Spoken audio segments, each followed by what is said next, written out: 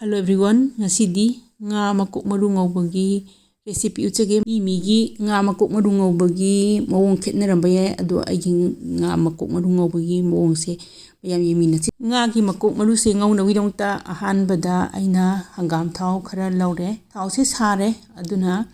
hojik maru marang mathang hapani ahan bada tespata khara hape tespata hapa matungda jira mapum se teaspoon amagumbai changda hapani mathangda long se maru ahum hapani asoiba khara chawba tilhau mapum ama hapchilani chanam su mapum achawbuda sugairaga hapchilani ado maru mapang singse mulae chanam sidagi su manam nusiba thadore adudi tawthoklaga thamba nga makok se hapchilani aduga nga makok se harap sumaina khabaina nammaga thugairage aduga sigi nga gi gil se asise lawthoni yang khara su hapchil horani do gas ki flame se medium da thamaga chorakna minute manga gumba amu ngaukhige habadi nga gi makok se thugai ba yodriba adugini adi macet tarakpa matamda adu phawwa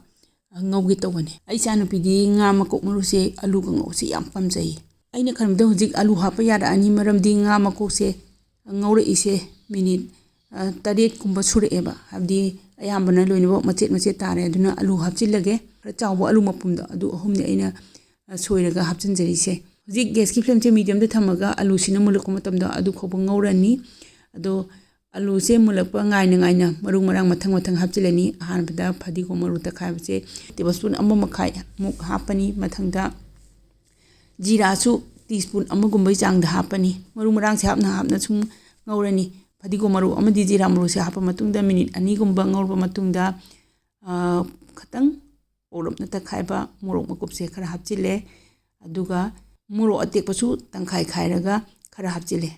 adi nga makok maru ngawbasidi morok se khara saraga di hawba hele aduna aina morok se khara am hapchile tangkhai khaiba morok atekpa se haplo matungda hing powder su chorakna teaspoon tangkhai gumbai changda hapchile alu se aina khanbada tangkhai helapna mule ado hujik gulmaris maru takhaiba teaspoon tangkhai gumbai changda hapchilani aduga chorakna minute ama muk ngor matungda phadigom atekpa khara mo hapchilage phadigom hakhra matungda chorakna minute ama gumba kanghau se ngor matungda alu se mulaba yenge alu se tu phasana mulle adudi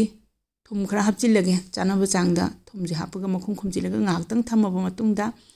amu thum hakhibagi otlani ado thum hapa matungda su ai chorakna minute ani gumba gesi flame che yam pikna haidagi loda thamaga kanghau je khachitang uisanaba ngaukhige kanghau je ngawbo losinba yarani phadigom atekko se amuhana hapa matungda alu se phasana mulle kanghau se khara masa tasile hawrani ado morok kharaga sarap toraga ado sigi kanghau se ai chana pinane magi school da tiffin da pugen haiba mamana bising pijage mamam tang test to hangen haiba adugi aina kanghau se khara hapani horena do moi miam amagisu share toraga dum chana doiniba aduna kanghau se si hapi se dum yani adi yamma hapchalurga muk lebiba moigi chanaba matamdo yam sangdebako minute 30 kun muk tangneba aduda chahaudoini ne yam hapchalubu yadaba aduna moi masen amana porposin to loina bo chamina doinina ai kanghau se yamdi haptre hawi haragadi amu ngauraga mu pira lore ado akhoigi oina di kanghau se aina kemna tawbo manganda adu khara hapchile mangan atawbo kemba se ngawbuda aina thum hapkhrabane aduna kanghau sida hapchilaga dum mix torga yani adudi ai video sing sigidi matang sina loisinjarage yengbiriba singbu thagatjari